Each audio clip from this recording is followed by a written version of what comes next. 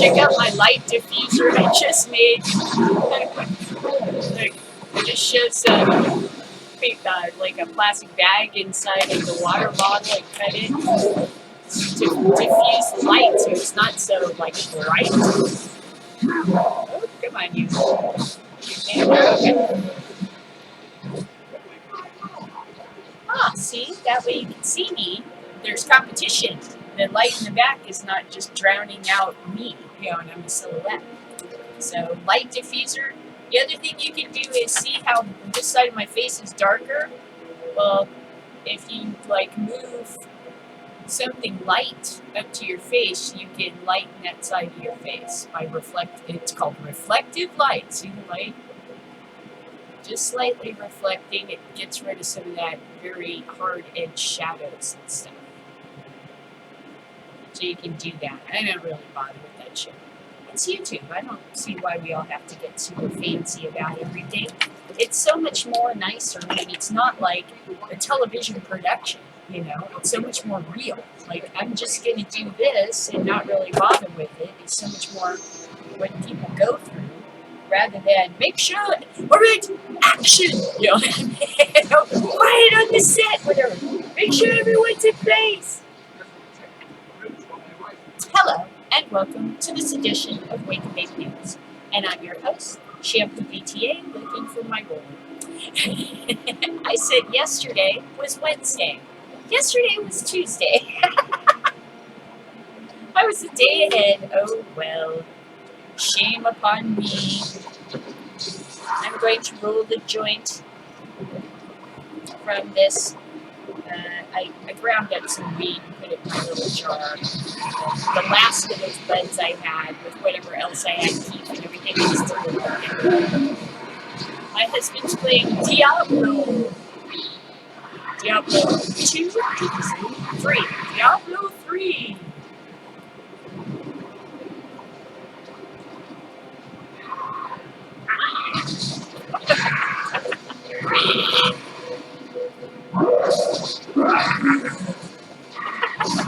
That's so funny, Sammy.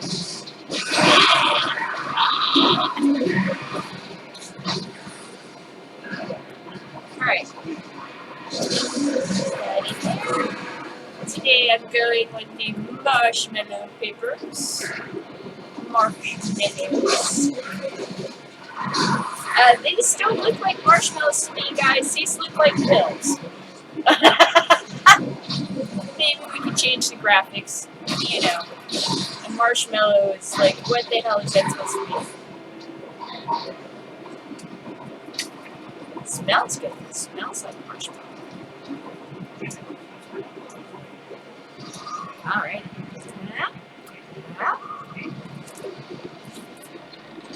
Okay, so first story we got for you today is about how a judge in, I think it's Kansas, has told the police that you cannot pull people over just because they have license plates from a marijuana legal state. That is not a justifiable cause, whatever. Probable cause. Okay, so they will use other things. They'll say your tail light was down, or you made an unlawful lane change, you just looked at them funny. Or whatever, they're going to come up with some other reason. But they have to defend that at some point. Even if it does get, tossed out and it's not in your favor. Okay, let's say that your appeal or whatever gets tossed out.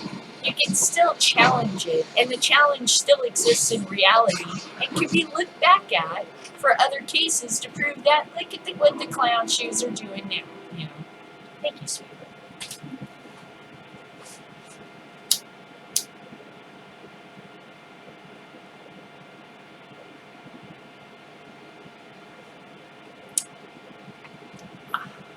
Oh.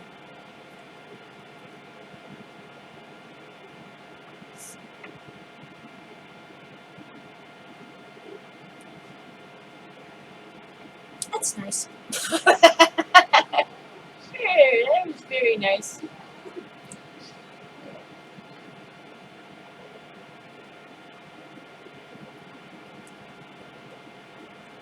Alright, I'm going to put it in this Doob, and I'll read to you now.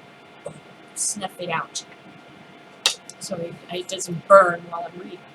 So I'll read this story to you now. HuffingtonPost.com. Politics, court, residency in marijuana legal states not justification for police search. Appeals court ruled stopping and searching such a driver violates the Constitution. Such a driver violates the Constitution. Let's look at the picture of the police searching people's stuff. You know, and they're hoping to find money. They're hoping to find something that they can take home, you know, something that they can put in their kitty. That's what they're shopping. These are guys out shopping late at night through the trunks of cars. By Jonathan Stemple.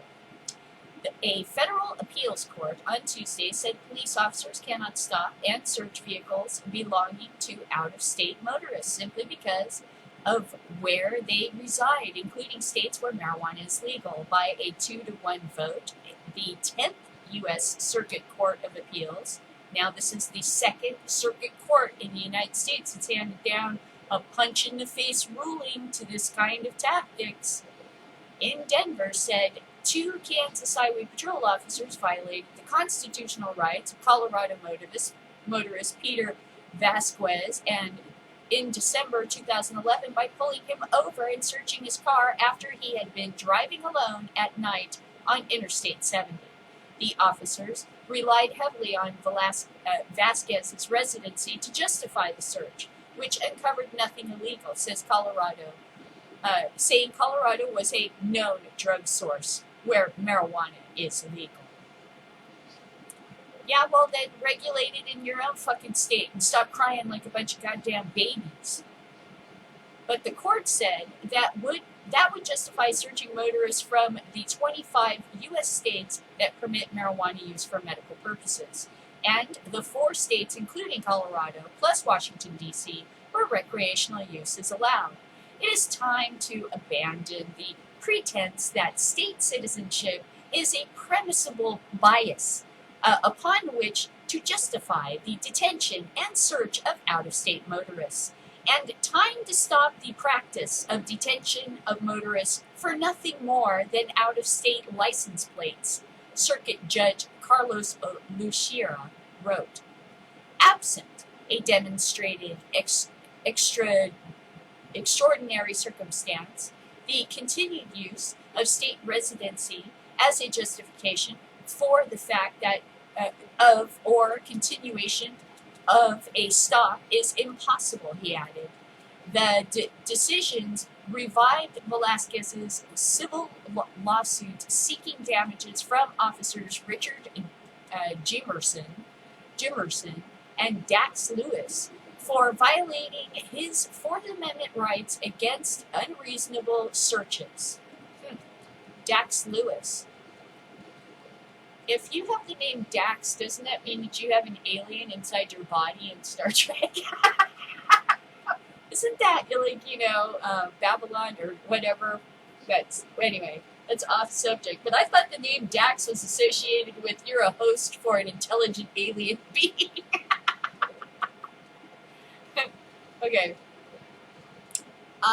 Violating his Fourth Amendment rights against unreasonable searches, a lower court judge had dismissed the case in November 2014. Yeah, because it's lame.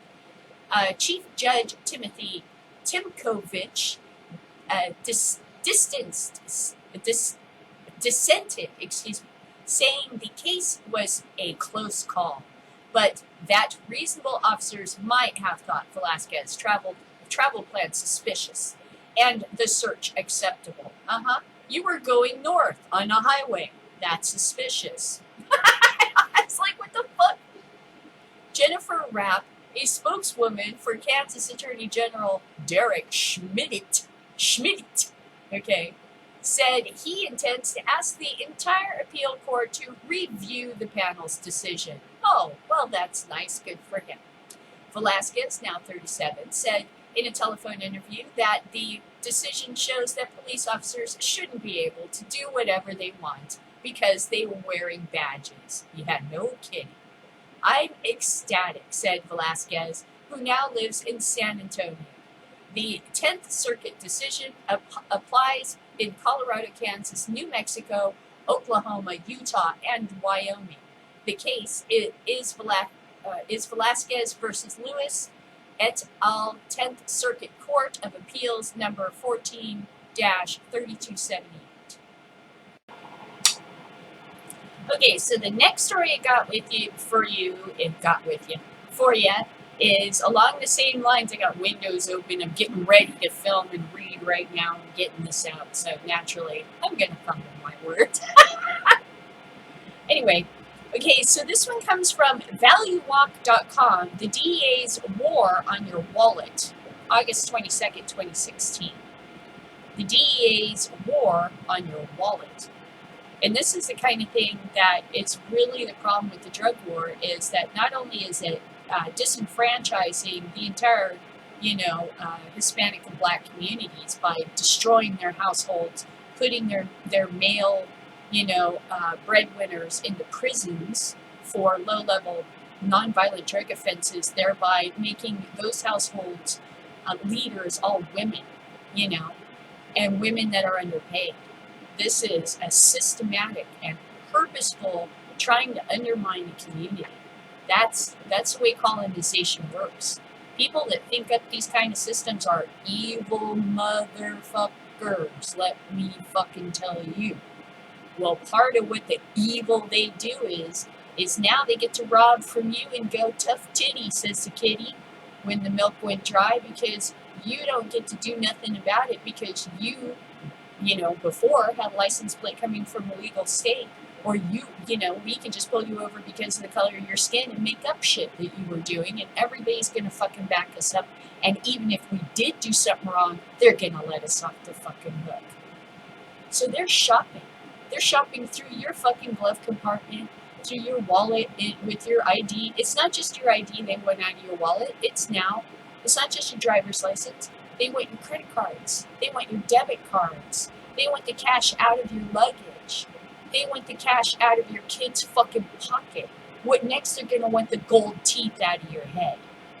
This is Nazi Germany shit right here, man. These fuckers have gone from being servants of the people to evil fucking goose-stepping motherfuckers like in the blink of an eye, and money made it happen. Money, graft, and corruption.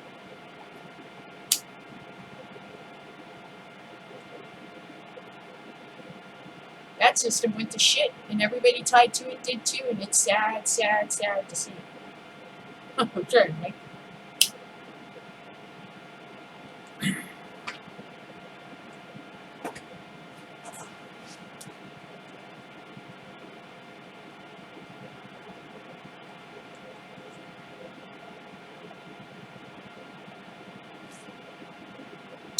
I got it going. So I'll read you this thing while I smoke. Okay. Valuewalk.com, the DEA's War on Your Wallet. The DEA's War on Your Wallet. My favorite Greek philosopher, Socrates, famously said that the unexamined life is not worth living. That's probably why periodically throughout my life I pause to reflect on my deep distrust and disrespect for authority, especially of the governmental type. Is it genetic? After all, my father, Bob Bowman, is one of the greatest statists, iconoclasts I know. Is it juvenile? I was a notoriously rebellious child. Perhaps I never grew up. Is it experience? I did suffer tyrannical government firsthand in South African days. The answer is probably all of the above. All things considered, however, I realize that my attitudes stem fundamentally from empathy. I just can't stand injustice, especially when it is practiced by those paid to uphold it. That's probably why my blood got boiling when I learned that U.S. government agents routinely spy on our travel plans so they can steal our money, all in the name of the pointless war on drugs. Drug Enforcement Agency DEA agents reportedly mine Americans' travel information to identify people who might be ferrying drug money. The DEA targets passengers on Amtrak trains and nearly every major U.S. airline, using information from a secret network of paid informants amongst traveler industry employees such as airlines, bus terminals, car rental agencies, storage facility, vehicle repair shops, and other businesses. Show me your papers. Does that sound like Nazi Germany? Stop a train, pull you off the train, show me your papers. Your papers are not in line. Line him up, shoot him, shoot them. This is some fucking evil shit going on here, man. For example, the DEA paid an Amtrak secretary $854,000 over nearly 2 decades in exchange for passenger information. Certainly must have been living on his and her salary. For example, okay. But here's the thing. The DEA almost never uses information obtained this way to arrest anyone or build criminal cases. Usually, they don't even ask the victim any questions. They just take the money and send them on their way. DEA units have seized more than $209 million in cash from at least 5,200 people over the past decade. They typically give the money to local police departments. It's become a crucial part of law enforcement budgets across the country. I mean, wow. Wow, staggering corruption. Even King George would object. The American Republic was founded on the outrage of otherwise loyal subjects who were increasingly subject to arbitrary and capricious law enforcement by agents of the British Crown. I wonder then what our founders would think of federal and state laws that grant government boards powers to seize cash and other assets without charge or trial. Civil asset forfeiture is supposed to be reserved for cases where there is clear evidence that assets are linked to crime. And I saw something recently. It said asking what our forefathers would think of any modern day political issue is probably idiotic. They wouldn't understand it. And that was a damn good observation. I too have the founding fathers fantasy, but let's face it, they would look at you, scream, and run away. Let me tell you about this thing you should be upset about in the future. You know, even talking about it does begin to sound ludicrous. Sorry. Civil asset forfeiture is supposed to be reserved for cases where there's a clear evidence of assets are linked to crime. But increasingly, as the DEA case, mere conjecture is all it takes. Yeah, doesn't that sound like the witch trials? The mere conjecture that you might be working with Satan would give them the right to take your property.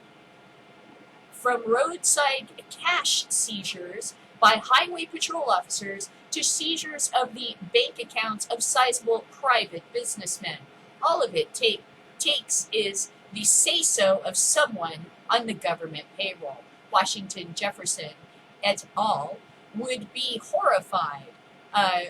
James Madison would surely suffer a stroke. Even King George, in whose name outrage liked rights of assistance were issued, would probably balk at such egregious abuse of governmental authority. Well, since we're not time travelers, we're really not going to find anything out like that. But your other points are very true.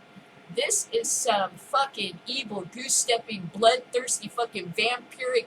This is what exactly, okay, what a creature that feeds off of you and gives nothing back is. Like a flea sucking your blood like a vampire. It doesn't give anything in return. It just takes.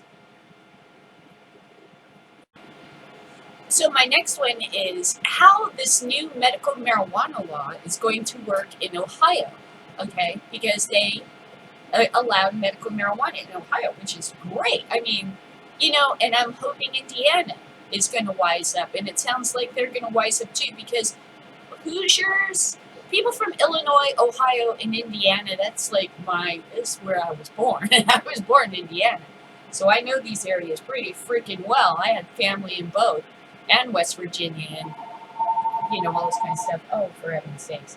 Anyway, so, Indiana is full of Hoosiers. Hoosiers are stubborn. They're not stupid. They're not fucking stupid. They're stubborn. They're backwards. They're old-fashioned. But once they understand an argument, they're not stupid. They will go with the right choice. And I've always known that.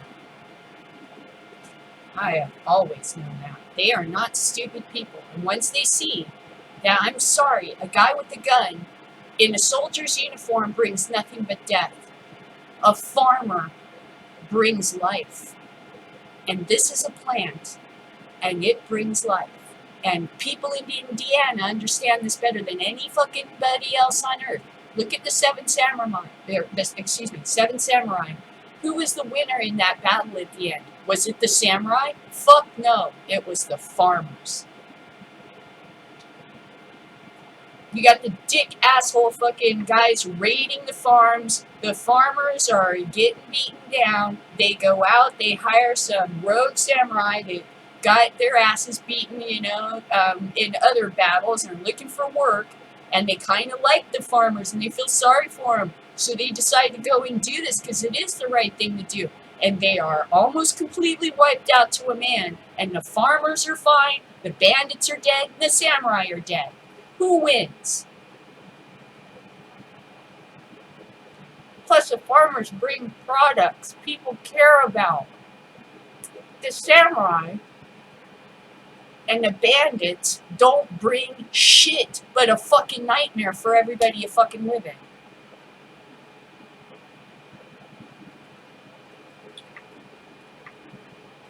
I wasn't sure if I had that lit. It's slipping out of my hands. All right. So let's look at this video on how this is going to work in Ohio. And I do believe that in some of the most conservative parts of the back east, this is going to take hold, because I'm sorry, once they see this you're going to argue to a standstill on the bullshit of the morals. And then you're going to say which one makes money and which one takes money. The guys with the badges and the guns cost a fucking shitload of money. And they cost so much damn money, they have to steal it from you to keep their fucking business going. Because it's nothing but a black hole of money. Just goes into a hole and is never seen again. Right now, by a 20. You can now add Ohio to the growing list of states where medical marijuana will be legal. House Bill 523, which Governor Kasich signed into law back in June, will take effect here in the Buckeye State on September 8th. But Ohio Representative Dan Ramos, one of the sponsors of the bill, says don't run to your doctor for a prescription just yet. The Department of Commerce will license the cultivators, the processors, and the labs, whereas pharmacy will license the dispensary.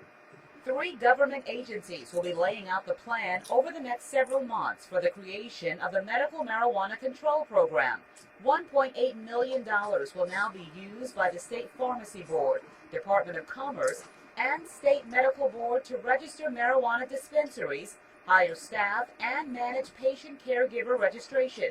Patients would also have to qualify for certain medical conditions, including Alzheimer's and MS, with written permission from a physician.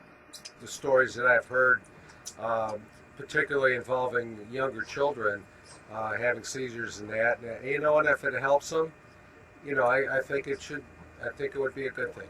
I think if people need it and it helps, I think it should be legal For those wanting to own a dispensary, Representative Ramos says it will be similar to obtaining a license to run a business. Background checks will be conducted, and the dispensary will have to be a certain distance away from schools. It would not allow for home grow or small things. You would have to basically be in the business of producing marijuana specifically. Growing for your own medical medicine purposes. is a human right. Okay, so my next one is pretty funny. It's from the Green Rush Daily.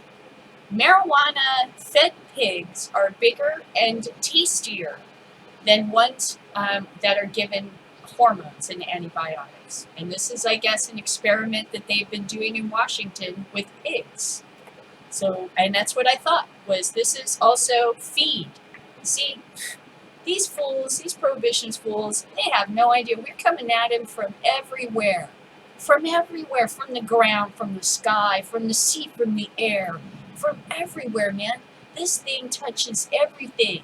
And all they got is, but what about the children? What, they might get the pig feed? What is wrong with you? After a while, they're just going to sound like freaking idiots. Marijuana-fed pigs are bigger and tastier without antibiotics or hormones. Green Rush Daily. Excuse me. Pot pig experiment. Farmers in Washington state have been feeding their pigs marijuana as an experiment to pot pigs. Cannabis is recreationally legal in Washington, so feeding pigs marijuana is not against the law. Pig farmers are always looking for new, inexpensive ways to feed their pigs. After Washington had gone recreational, pig farmers were quick to take the wasted parts of the marijuana plant that weren't suitable for medicinal use and feed it to their pigs. Seattle butcher William Von Schunju says he's always believed the meat's flavor can be enhanced through a guided diet. That's why grass-fed beef tastes better than feedlot-fed beef. There's a long tradition of enhancing the flavors of pork by controlling the diet of pigs. This feeding pigs marijuana just seemed like a great experiment. Recycling marijuana waste. Oh, look, there's that pipe. The genius pipe. That's actually a pretty cool pipe. Usually I don't let the ad roll like that, but those genius pipes are kind of cool. Okay, cannabis growers usually have an excess of leftover stems, roots, and trim from their plants. Susanna Gross, the owner of 5 Acre Farm in Seattle, Washington, and her group of farmers hope to make use of unwanted marijuana products. They also hope the munchies most people on marijuana experience would be passed on to the pigs. Pigs, like most animals, or mammals, have an endocannabinoid system.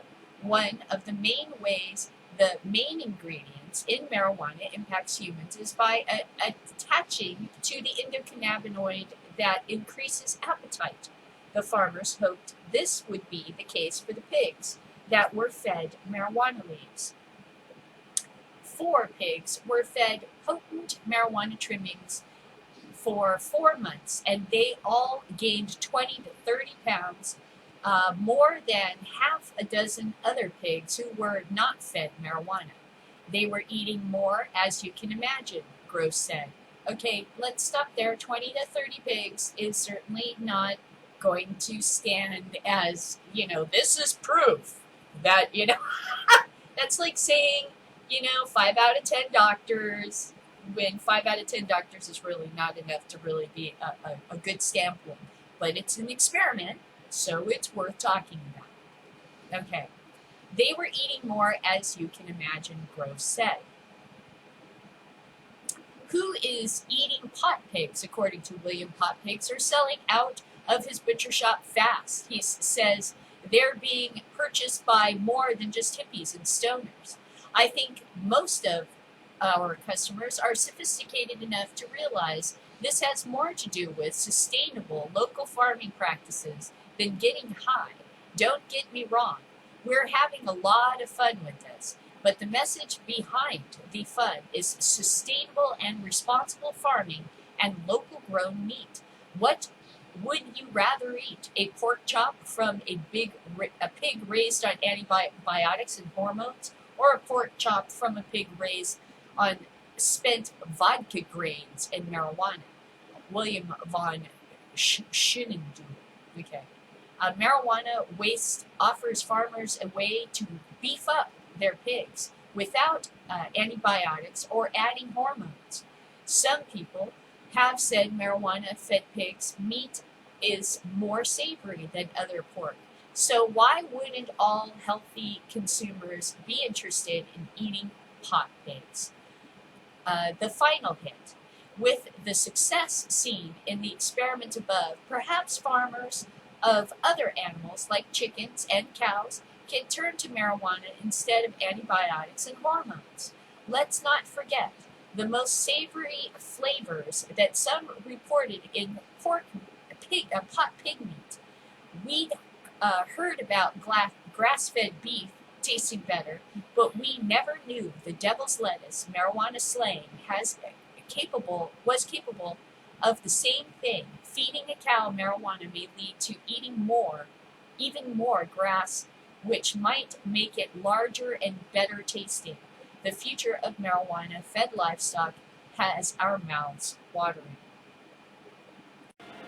Now, see, I remember reading not too long ago, or at least showing some part of a Library of Congress video where this couple was talking about the history of feeding birds and how it was part of the Audubon Society and trying to preserve animals and stuff. Because there was a time when women didn't put out bird seed and go, oh, look at the chickadees and all this kind of stuff. They were more interested in having the feathers in a hat or some shit that they were wearing. And we wiped out some species, I think, but we almost wiped out a ton of species because women's hats and shit, like these fucking stupid feathers, you know? And so people had to like say, hey, yo, you're decimating the bird populations, and you know what? The feathers are fucking prettier on the goddamn birds than your filthy fucking smelly old stupid hat, lady. You know, women always are like this. It's like, kill an animal and put it on me, and that shows me that you love me, you know?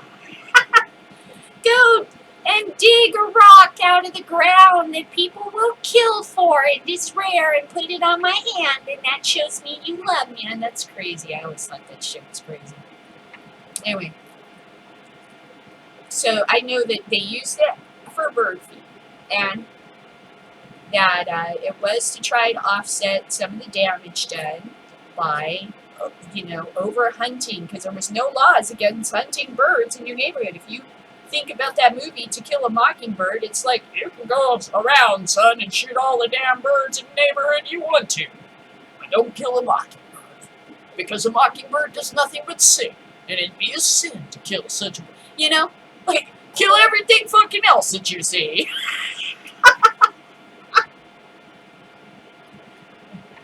Oh, that's funny. And it was a time, obviously, when they had to kill things. They had to kill a dog that fucking had rabies and stuff. But now we have controls and things. You don't need to go around shooting all the birds and stuff for fun. So there was a time in this country where people were trying to get neighbors and communities to bird feed because it would help bring back the populations of birds. The birds help farmers. And Audubon was just starting up, and viewing the birds and counting the bird populations was just becoming a popular hobby. And so people started buying birdseed, and in the birdseed was hemp seed, and the birds loved the hemp seed. But when the stupid government made prohibition, they took the hemp seed out of birdseed, but it used to be in there.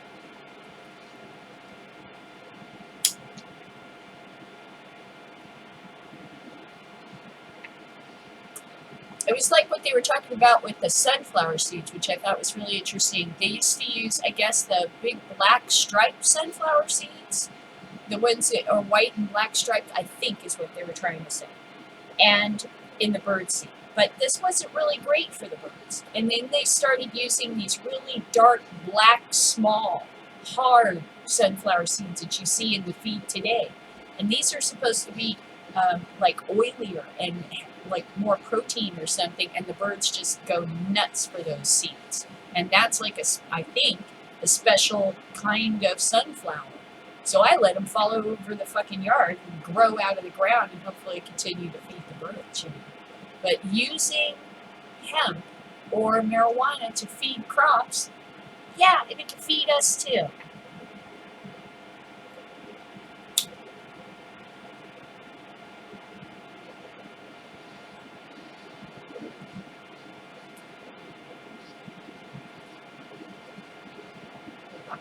Lit another one.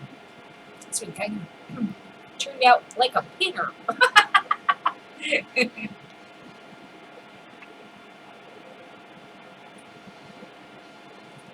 Moving right along. All right. So my next one is going back to recap over what's going on with High Times, because now LA Weekly has come out with a more detailed story about how High Times has signed on with a big, I guess, media promoter, like some kind of a talent agency or something. So I'm going to read this to you, but basically this talent agency deals with big time stars, Will Ferrell and stuff. And because they deal with High Times Magazine now, they can say, hey, Will Ferrell, we need you to do this thing for High Times Magazine. See? And because they're part of the same agency, they might actually do it. It's cool. It's fucking like, whoa. And I know High Times has been kind of screwing up cannabis cups lately, but still, High Times deserves everything they get. They have been an absolute hero to us in the deep dark of the jungle of prohibition. They have been our absolute fucking hero. I will bet you, without looking, that High Times magazines from the 1970s and 80s probably worth a little bit more money on the vintage market than a Playboy, because anybody could own a Playboy. You know, that was just risque. But it was fucking criminal practically to own a High Times. You hid that shit and you didn't just show people. My grandfather used to come in and look at my dad's Playboys. I couldn't even have anything in the house that would relate to marijuana. No fucking way. Oh my God.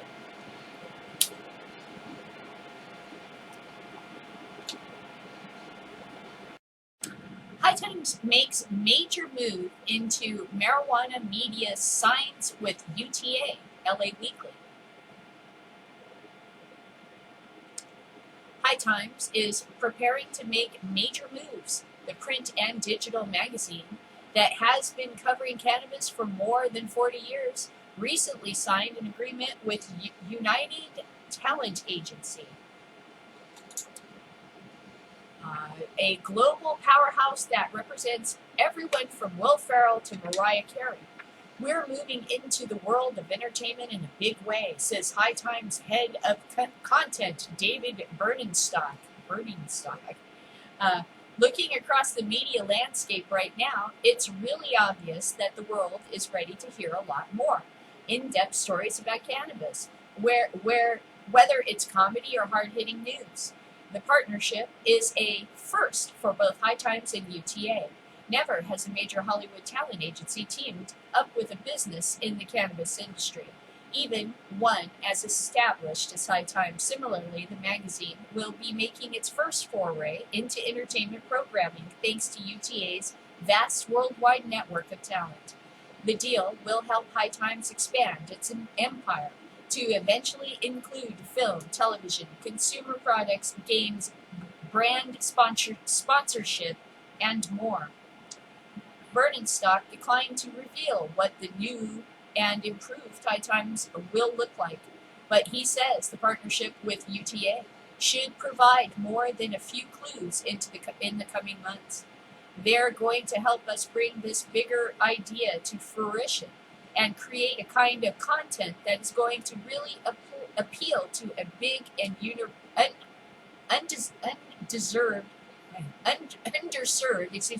underserved audience, he said. Okay, this marijuana millionaire is great. Gatsby of ganja. Yay for him. High Times has been the prominent source for stoners' knowledge since its founding in 1974. What started out as a fringe magazine that covers counterculture in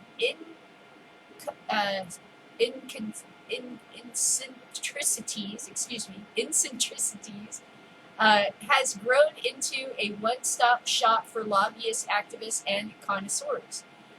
Their writers have been at the forefront of legalization efforts and covered the war on weed from an insider perspective.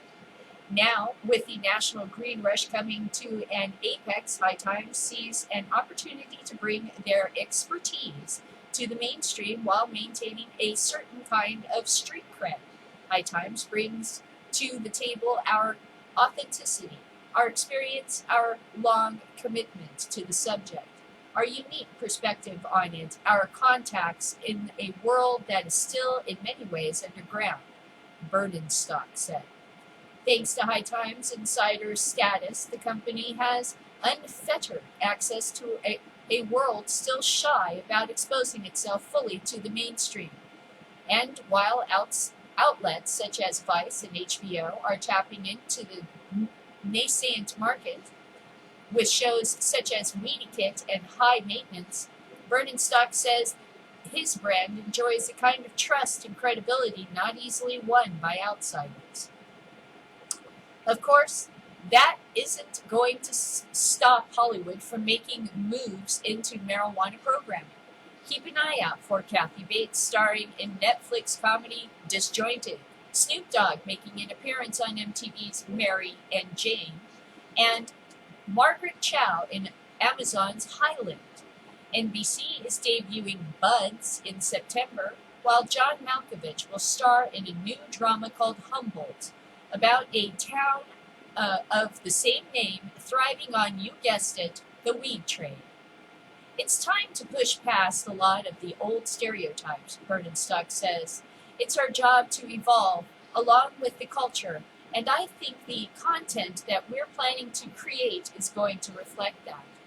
As states throughout the country continue to legalize pot for both medicinal and recreational purposes, the cannabis industry is projected to grow exponentially over the next several years. Billions of dollars will be flowing into the private sector, and High Times has a rather personal stake in the transition.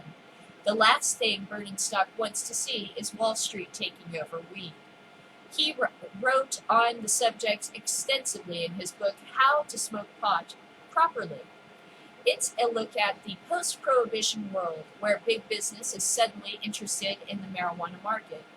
What was once reserved for hippies and rebels is suddenly financially viable for anyone looking to make a buck, and that includes tycoons and moguls. The biggest theme is how to maintain everything we love about this culture, the solidarity of it, the values of it, the resistance and oppression, and the joy and the friends of this community, he says. It's a question that haunts Burnenstock, who has been covering cannabis for 15 years. For much of that time, he worked as a writer and editor for High Times, but he left after 10 years with the magazine to freelance and finish his book. During that time, he watched national attitude shift. Many of the hard-fought battles within the cannabis community became state ballot initiatives, but with greater power comes greater responsibility. And that point is not lost on the new editorial head of High Times, which returned to the publication last month. The question now is, how do we keep pushing these things forward, not just with legalization, but with creating a more inclusive society that recognizes prohibition is a terrible mistake, and that we don't keep making the same mistake again and again in a different way. Marijuana is really a metaphor for our liberties and the ability to live life the way we want, Burnenstock said. UTA declined to comment for this story.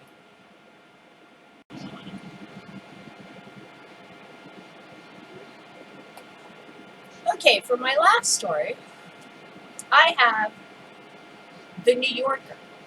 The New Yorker is apparently calling out Obama and saying that you're making a mistake. What I've said, you're making a mistake by leaving office without doing something serious about this drug war, or at least making it look like you gave a shit, not just dance around the shit. Because you're planning to move to California, where we're going to have legal recreational and medical marijuana. And we're going to still have to be dealing with this bullshit in the federal government. And don't think that every time we run up against a roadblock, we're not going to be looking straight at your house in California going, why didn't you do something about this, dude? Look at the mess you fucking left us.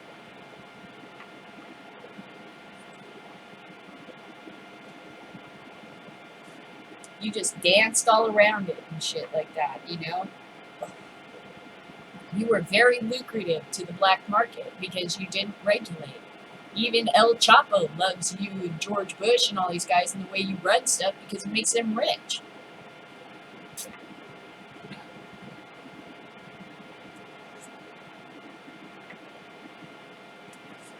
Plus, it makes pharmaceutical companies rich. Now it turns out maybe there's evidence that Prince was using a knockoff painkiller. And that knockoff painkiller fucking killed him. You know? And why is that? Because the FDA is not regulating that shit like they should have been. They let those companies have a free-for-all, just like they did with sugar back in the day when everything was great! Sugar's a great part of any breakfast. Don't worry, because the FDA is never going to sanction any kind of a study that's going to prove otherwise. They're all going to be inconclusive. So you just keep giving your kids that fucking frosted fun every morning.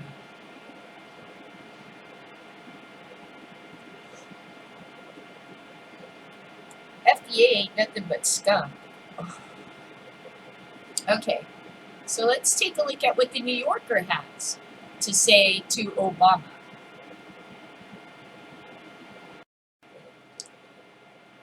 The New Yorker.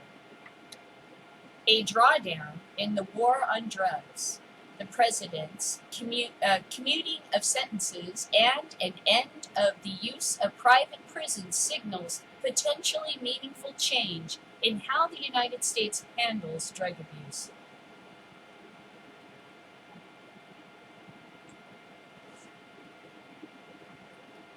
In May 2011, Attorney General Eric Holder invited several cast members from the HBO series The Wire to Washington, D.C. to help promote a Justice Department initiative called the Drug Endangered Children's Task Force. Okay.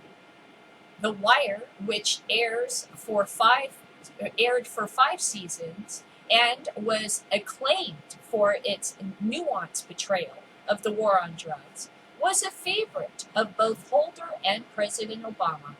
Holder jokingly ordered the show's creator David Simon and Ed Burns to produce a 6th season. I have a lot of power, he said. The Attorney General's kind remarks are noted and appreciated, Simons told a reporter. We are prepared to go to work on season 6 of The Wire if the Department of Justice is equally ready to reconsider and address its continuing prosecution of our misguided, destructive, and dehumanizing drug prohibition. Fans groaned in despair. The improbable 6th season now seemed to hinge on something even less likely, an end to the war on drugs. But the exchange was significant for reasons beyond its implication for HBO's programming. Although the catastrophic consequences of that war are widely acknowledged, there is less clarity about what ending it would entail. The United States has declared wars on cancer, on pornography, and on terror, and the lessons to be gleaned from those campaigns is that, unlike most other wars, those declared against common nouns seldom come to a precisely defined conclusion. The wars on cancer and pornography were really instances in which material language was used to bolster particular policy initiatives by the administrations that enacted them.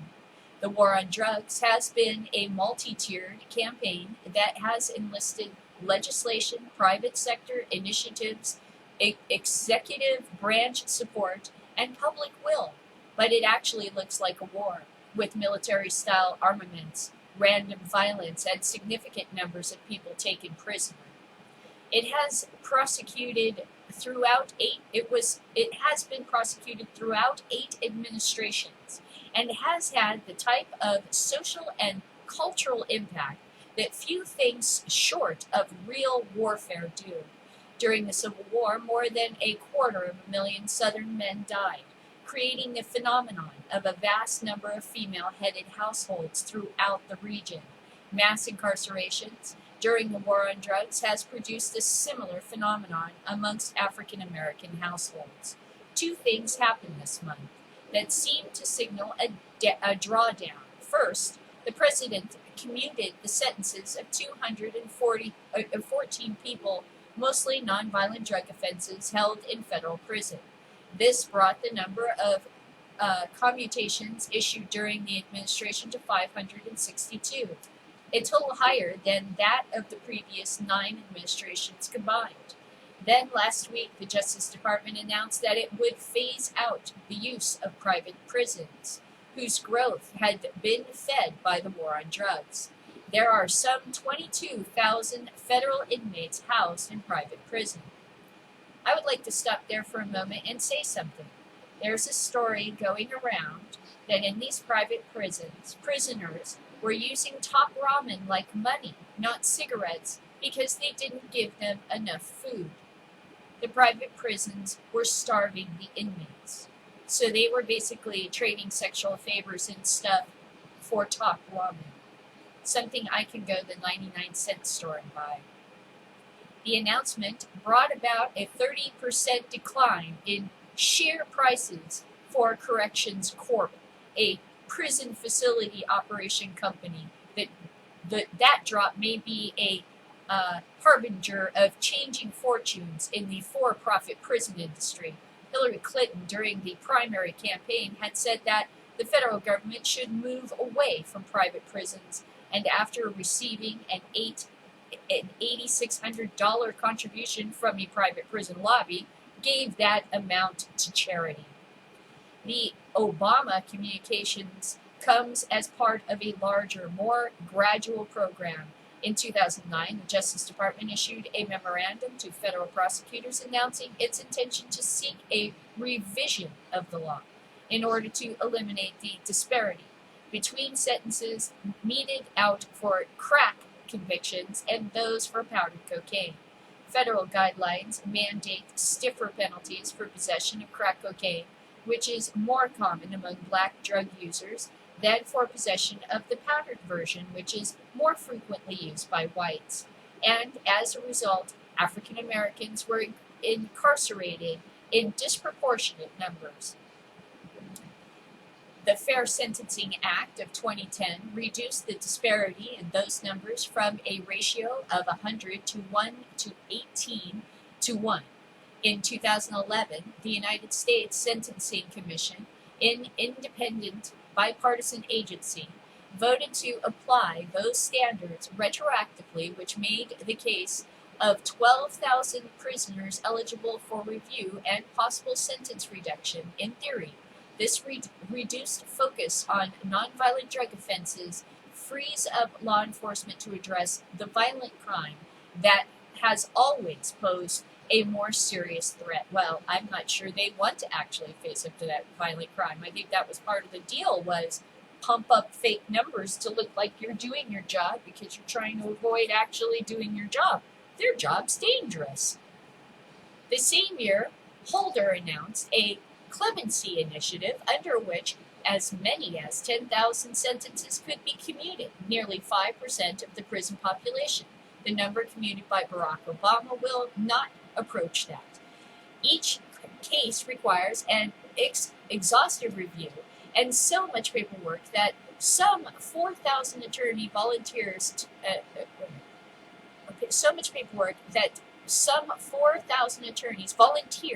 to assist inmates with preparing applications. Earlier this month, A Times editorial suggested that the president could deploy a liberal interpretation of the 1984 Sentencing Reform Act, which allows for compassionate release, to expedite the process.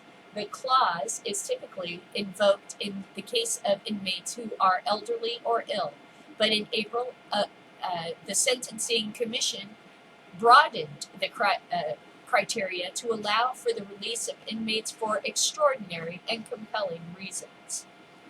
There is an additional gesture that the president could make. He could formally declare an end to the war on drugs. In 1996, when Bill Clinton announced that the era of big government was over, his words were both aspirational and reflections of policies favored by Republicans and a growing number of centrist Democrats. There's an emerging and similarly bipartisan consensus for changing the policies that have led to mass incarceration, for a sitting president to declare a conclusion to the most disastrous domestic policy of our time might even, if premature, perhaps mark at least the beginning of its end. Last year, the Justice Department reported that first decline in the federal prison population in 33 years, and a meaningful and incremental change in the way that we approach the problem of drug abuse in the United States. The armchair forecast holds that the president's legacy will be anchored by the handling of 2 wars abroad, but history may have equal regard for the means by which he handled the one he inherited at home. So that's my show for this. It's actually Wednesday today. For this Wednesday, the 24th of July. No, where are we? August. August. I don't know where I am. I did want to say one more thing before I left. Cajun Tinkerbell. I just saw her video about the flood in Louisiana and how she is getting fucked by FEMA because apparently they've been paying taxes for flood insurance for 18 years, and FEMA said, no, you haven't. And I'm like, okay, no, I'm sorry. Bullshit. So it sounds like, Cajun Tinkerbell and some people in Louisiana could use some big-time lawyer help. So if anybody out there is listening and knows of anything to help these people, please go view Cajun Tinkerbell's video about how frustrated she is about her property being damaged and not being able to be recompensed because FEMA says that you haven't been paying flood insurance. Well, I think there's probably records for that, and I would fight that if I were her. And boy, that don't surprise me. FEMA's not exactly... remember they left those people in those trailers for fucking years and shit like that after Katrina. Never forget that that was FEMA. And I don't see that FEMA's been really built up or done anything with ever since Katrina. Let's put you that way. And I'm not saying Obama should have run down there and started shoveling people out. No, that's not what I'm saying. But FEMA needs to stop blocking people from being, getting reimbursed for their destroyed property. You're an asshole.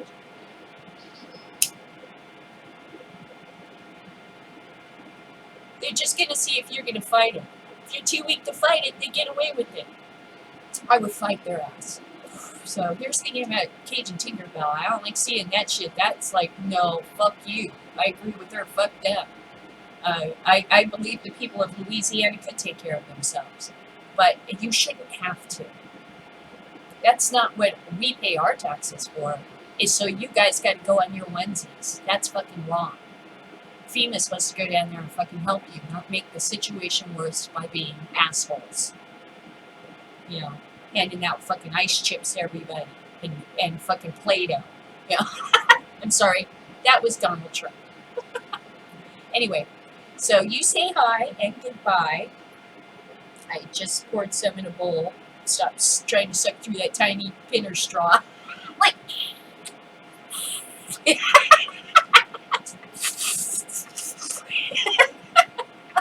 that's some Cheech and Chong shit.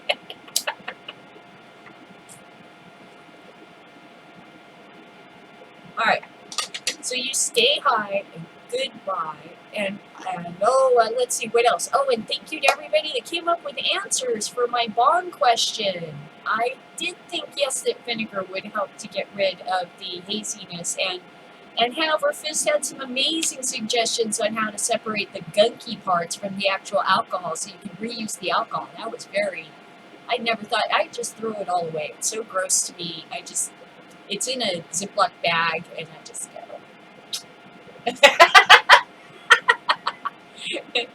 You know, or dump it somewhere. So, gross. But I have seen that it does separate. It didn't occur to me to try to separate them out and keep the rubbing alcohol, because even if you go to the dollar store, the rubbing alcohol is like 50% rubbing alcohol, and it still costs you 99 cents to get a whole bottle, and you could use up a whole bottle on 3 or 4 bonds real quick. Oh, and I haven't forgotten, I need to send a new picture of my bonds to Mudflap for his wall. I need to do this. I will get on it. I've been busy with it. Oh boy. I was busy late last night making cards and stuff. I'll put that video. You know, I had to get some glasses out so I could see what the hell I was doing. But I had to start making up the encounters and getting to know the area and mapping it out and everything to make sure I know what the heck I'm doing for this adventure. Ugh. And that's like going back to school. You know? It's a lot of rules. So I'll show you the map I worked on last night. This is the map I worked on. If you're in this adventure, Logan or Sean, do not look at this. This is sharing for everyone else but the people that are actually going to be in this. And what I needed to do here was I needed to mark out the entrances to the adventure, some of the hidden entrances, some marshy areas, beholder area, freaking where all the bandits are hiding and stuff, because they don't necessarily have that all marked out on the map yet. They provide you with a book. So I had to go through, read Area 17, find Area 17. Okay, you know, whatever, yeah, I'm going to make it up. Giant llamas. Yeah. They're going to encounter giant llamas. You know, I've just made that up.